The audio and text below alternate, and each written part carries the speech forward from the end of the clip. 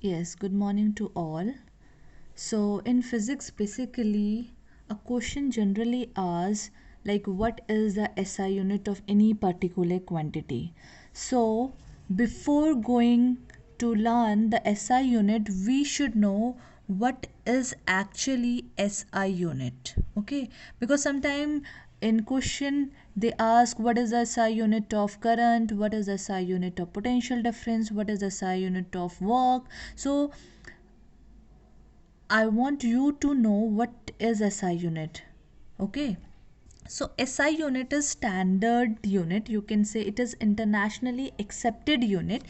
SI unit is also called MKS unit. Okay. We have generally three system of unit. One is MKS unit, one is CGS unit, and one is FPS unit. Okay, now just see very properly here in MKS unit. M for meter, it is meter.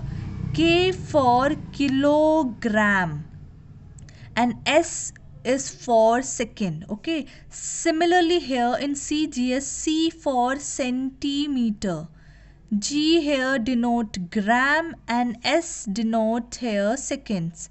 Similarly here it is foot, it is pound, and it is second.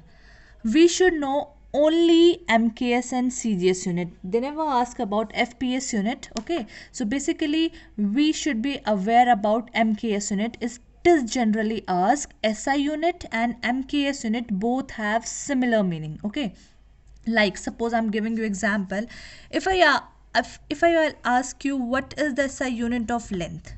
Okay, SI unit means MKS unit, so you will say that SI unit of length will be meter. Similarly, CGS unit of length is centimeter, and FPS unit of length is foot. You know that कि हमें अगर measurement करना है तो obviously length हम metre में भी measure कर सकते हैं, सेंटीमीटर में भी कर सकते हैं, मिलीमीटर में भी कर सकते हैं, किलोमीटर ऑल्सो, फुट ऑल्सो, है ना. तो वी शुड नो कि पूछ क्या रहे हैं.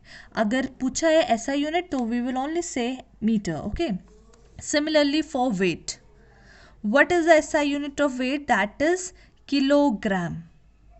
CGS unit is gram and FPS unit is pond. है ना, पॉन्ड में जैसे हम केक लेते हैं तो हम ऐसे नहीं बोलते 1 किलो का केक, तो 1 pound cake, 2 pound cake, like this way. ठीक है, तो this is generally what is the meaning of SI unit.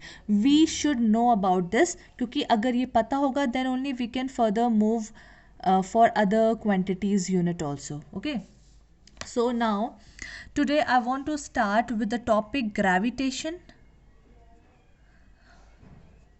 Okay, so you should know about this topic very well, as generally question were asked from this topic. So what is the meaning of gravitation? Gravitation is basically a force, you can say, due to which earth object any due to which earth attract any object towards itself. That is gravitation. ठीक है, there is so much of importance of gravitation. ठीक है, gravitation you can say it is generally a force. ठीक है, जिसकी वजह से कोई ऑब्जेक्ट दूसरे ऑब्जेक्ट की साइड को अट्रैक्ट होता है. That force is basically called gravitation. So in this chapter, the first and the foremost topic which is important, that is universal law of gravitation. Universal law of gravitation. ठीक है, this law is given by Newton's. ठीक है, Newton's ने पहले भी laws दे रखे हैं. Newton's first law which is also called law of inertia, फिर सेकेंड लॉ दिया था, फिर थर्ड लॉ दिया था, उसके बाद न्यूटन ने ये वाला लॉ दिया था. We will not say this is fourth law, this is universal law of gravitation. We call this like this way only, and it is also given by Newtons. Okay, so what is this law? just try to understand. According to universal law of gravitation, let's suppose we have two objects. Okay, suppose one object have some mass.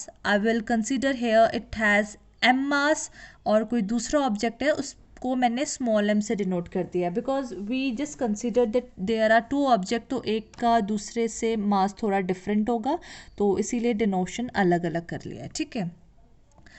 ठीक है, suppose ये जो दो object हैं ये एक दूसरे से कुछ डिस्टेंस पे हैं, suppose this is the distance d, okay.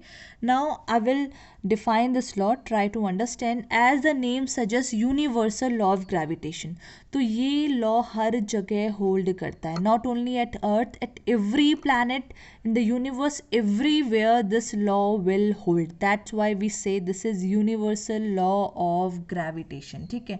Terrestrial object हो या सेलेस्टियल ऑब्जेक्ट्स हो, दोनों पे ये लॉ होल्ड करेगा, ठीक है।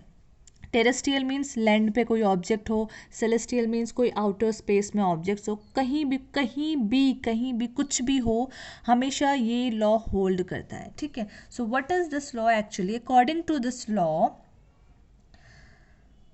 Suppose we have two objects ना, ठीक है, just try to understand, okay.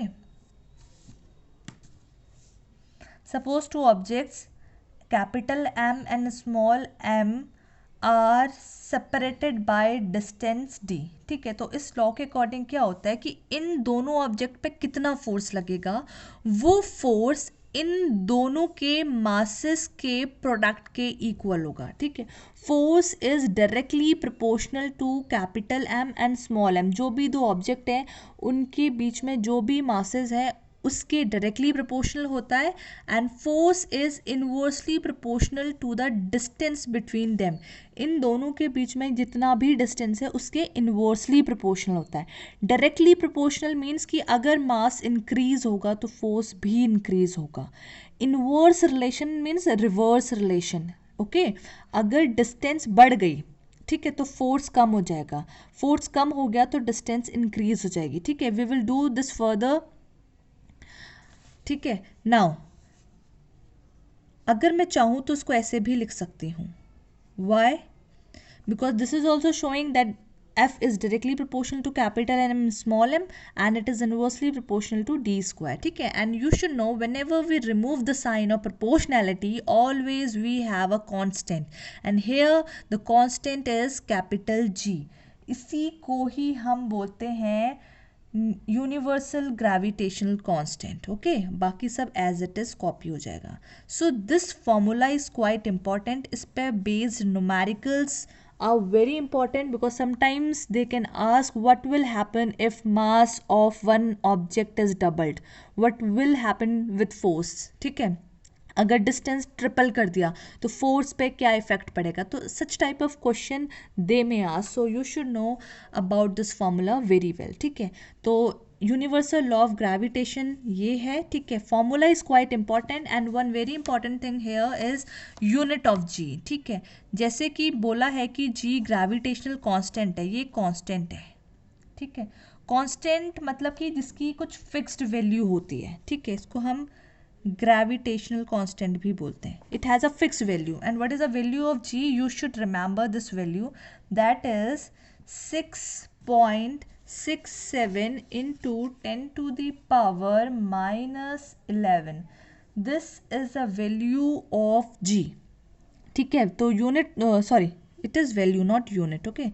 This is value of G. Now what is SI unit of G? That is quite important, which I told you earlier, उसी का हम अभी use करेंगे, ठीक है। SI यूनिट ऑफ G हमें निकालना है। अगर मुझे G का SI यूनिट निकालना है तो यहाँ से इस फॉर्मूले से मैं G का वैल्यू निकालूंगी। तो G का अगर value निकालूंगी, what I will get, see here, G, I have to do cross multiplication. I will show you here. F is equals to G capital M small m over D square. G का value निकालना है तो cross multiply करना पड़ेगा ना, F का D square से G capital M and small m. अब यहाँ से G का वैल्यू निकालेंगे, that will be F D square capital M small m, ठीक है। सबको पता होना चाहिए किसका क्या SI यूनिट होता है, ठीक है। फोर्स की SI यूनिट होती है न्यूटन्स, ओके। यहाँ पर D डिस्टेंस था, अगर किसी का डिस्टेंस मेजर करना होता है तो डिस्टेंस की SI यूनिट होती है metre, okay. I will give you a chart where all the SI unit will be mentioned. If you want, you can learn that the basic units, and after that basic units you can derive these units. Okay, basic units पता होना चाहिए कि length का unit क्या है, मास का unit क्या है ना। उसके बाद हम लोग अगर फॉर्मूला पता है तो यूनिट खुद ही बना लेते हैं। तो फोर्स का यूनिट न्यूटन होता है, डिस्टेंस का यूनिट मीटर होता है, और डिस्टेंस का भी स्क्वायर है तो मीटर स्क्वायर हो जाएगा। ओके, एम मीन्स मास, ये भी मास को डिनोट करता है। तो मास का यूनिट होता है KG, KG into KG will be KG square. ठीक है, तो मैं इसको ऐसे भी लिख सकती हूँ, newton metre square over KG square. This is the unit of G. तो यहाँ पर अगर पूछेंगे यूनिट क्या है तो यूनिट तो ये है, अगर पूछेंगे वैल्यू क्या है तो value is 6.67 into 10⁻⁻11 newton metre square पर KG square. This is the value of G which you should know and which you can derive by your own if you know the formula, otherwise you can learn this. Okay, sometimes in book it is also written like this way. जैसे अगर I will show you right here, like we have newton metre square पर KG square, ये हमने derive किया था ना जी का unit. तो कभी कभी बुक्स में you can see also like this way, newton metre square KG -2। Here -2 कैसे आया, नीचे अगर एक्स स्क्वायर होता है उसको अगर हम न्यूमरेटर में ले जाते हैं तो पावर रिवर्स साइन आ जाता है ना, तो यहाँ पे पॉजिटिव था तो ऊपर जाएगा तो पावर नेगेटिव। ठीक है, so don't get confuse by this, it is quite important. Okay, so this is the topic, universal law of gravitation. Now I will tell you what type of question they can ask from this topic. General question which is asked very frequently. ठीक है, question ये आता है, what will happen, firstly I will tell you the traditional method, फिर shortcut बता दूंगी। ठीक है, what will happen to the force between two objects if the mass of one object is doubled। ध्यान से समझना वो क्या बोल रहे हैं। वो ये बोल रहे हैं कि फोर्स में क्या चेंज होगा अगर दो ऑब्जेक्ट्स में से एक ऑब्जेक्ट का मास डबल हो जाएगा। ठीक है, इन क्वेश्चंस को कैसे कहते हैं, ये नॉर्मल वैसे ही क्वेश्चन है। अगर मैं बोलूँ कि अभी तुम्हारी हाइट 5 फीट है, ठीक है, और 2 ईयर के बाद तुम्हारी हाइट 1 फीट इंक्रीज हो गई, तो तुम्हारी हाइट कितनी इंक्रीज हो गई, तो तुम यही तो बोलोगे कि पहली जितनी हाइट थी उससे 1 फीट और इंक्रीज हो गई है ना। तो ऐसे यहाँ पे भी हमें रिलेशन निकालना होता है कि अब नया फोर्स क्या होगा, तो ऑब्वियसली जो भी पुराना फोर्स होगा उसी से कंपेयर कराएंगे। Okay, so for doing these type of question you should know the formula is this। okay, now question जैसा बोल रहे हैं वैसे वैसे करेंगे। उन्होंने हमसे बोला है कि एक ऑब्जेक्ट का मास डबल हो गया, सिर्फ एक ऑब्जेक्ट का, बाकी ऑब्जेक्ट पे या डिस्टेंस पे कोई फर्क नहीं पड़ा है।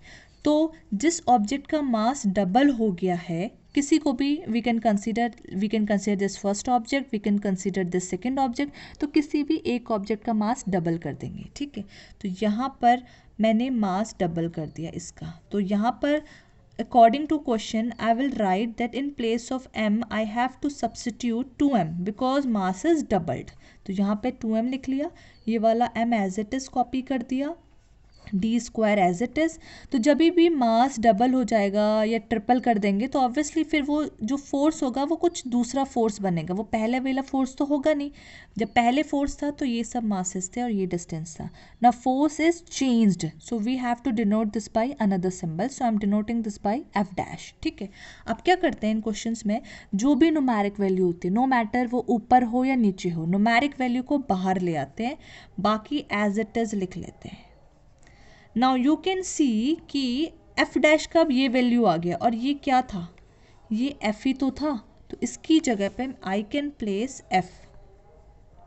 तो इसका मतलब है कि अगर मैंने मास को डबल कर दिया तो फोर्स क्या हो जाएगा, जो नया फोर्स होगा वो पुराने वाले फोर्स का डबल हो जाएगा। So like this way we have to do, अगर हमें ट्रेडिशनल मैथड से करना है। और डायरेक्टली मैंने बताया था कि जो फोर्स होता है वो डायरेक्ट प्रोपोर्शनल में है capital M and small M के। तो जितना ही मास, जितना टाइम्स मास बढ़ेगा उतने ही टाइम्स फोर्स बढ़ेगा। यहाँ पर तो सिर्फ एक ऑब्जेक्ट था, तो एक ऑब्जेक्ट का मास डबल हो गया तो फोर्स भी डबल हो जाएगा।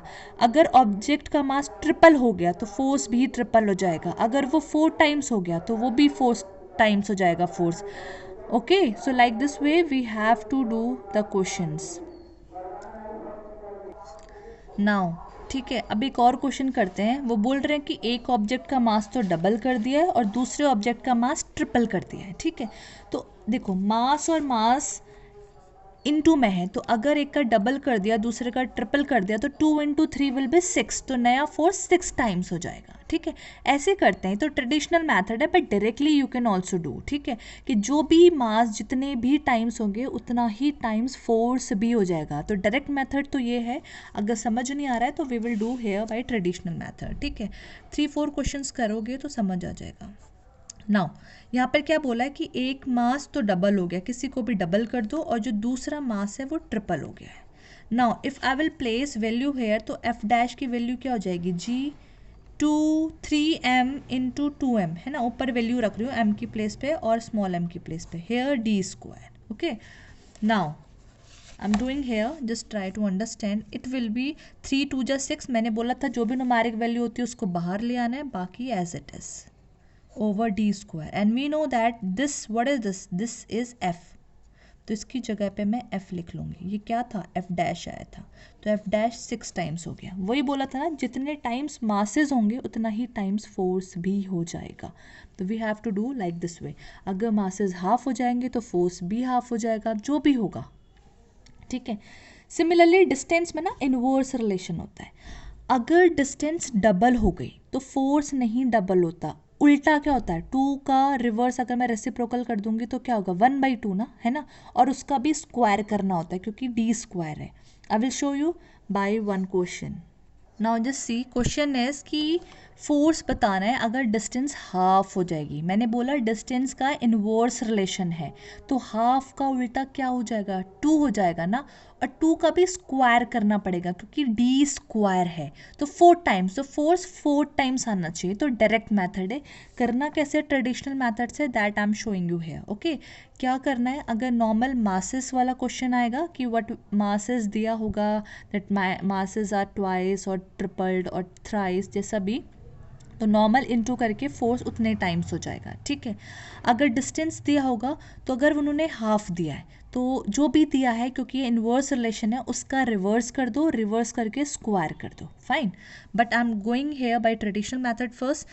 मासेस पे कोई इफेक्ट नहीं है, सिर्फ डिस्टेंस पे इफेक्ट है। मतलब मुझे डी की जगह हाफ हो जाएगा, है ना। जो नया डी होगा वो अब हाफ टाइम्स हो जाएगा। ठीक है, तो what will be the force, F dash new force will B g_m_m। ये तो एज इट इज रहेगा क्योंकि इन पे कोई फर्क नहीं पड़ेगा। हाफ डी की जगह मुझे हाफ लिखना है, हाफ डी और इसका भी स्क्वायर। ठीक है, डी हाफ हो गया ना, अगर चाहो तो इससे कन्फ्यूजन है तो you can write D is half, तो जहाँ पर डी है उसकी जगह हाफ लिखना है। ठीक है, नाउ आई एम डूइंग, अगर मैथ्स आती तो शायद इसे कर ही लेंगे, इसको करूँगी तो ये हो जाएगा d²/2, है ना। 1 की d से किया तो d²/2। नाउ ये वाला 2 ऊपर चले जाएगा। ठीक है, 2g_m_m/d²। हमारा यही काम है कि हमें न्यूमेरिक वैल्यू को बाहर लेके आना है। सॉरी, यहाँ पे हमने इसका स्क्वायर किया तो d का स्क्वायर तो d² हो गया, अब 2 का भी तो स्क्वायर करेंगे ना, that will be 4। So now this 4 will go upside and it will become 4g_m_m/d²। Okay, so in place of this again we will write f, और ये f डैश हो गया। तो जो न्यू फोर्स होगा वो 4 टाइम्स हो जाएगा पुराने फोर्स के। ठीक है, तो सिंपल सा फंडा है that you have to remember this formula and go according to this formula. Short में बता देती हूँ समरी। अगर एक ही मास की बात करें कि 1 मास इज डबल्ड तो फोर्स भी डबल्ड हो जाएगा। बोलेंगे कि मास इज ट्रिपल्ड तो फोर्स भी 3 टाइम्स हो जाएगा। बट अगर एक मास तो डबल हो गया है, दूसरा मास 5 टाइम्स हो गया है, तो ये दोनों भी तो मल्टीप्लिकेशन में है ना, तो 5 × 2 = 10, तो फोर्स 10 टाइम्स हो जाएगा। ठीक है, मासेस का करना ईजी है। Now in case of distance, जब भी डिस्टेंस दिया हो, सपोज उन्होंने बोला कि डिस्टेंस 3 टाइम्स हो गया है, 3 टाइम्स, तो हमें पता है ना कि डिस्टेंस के केस में इट इज़ इनवर्स प्रोपोर्शन, तो 3 का इनवर्स क्या हो जाएगा 1/3, 3 का इनवर्स हो जाएगा 1/3, उसका भी मुझे स्क्वायर करना है, दैट विल बी 1/9।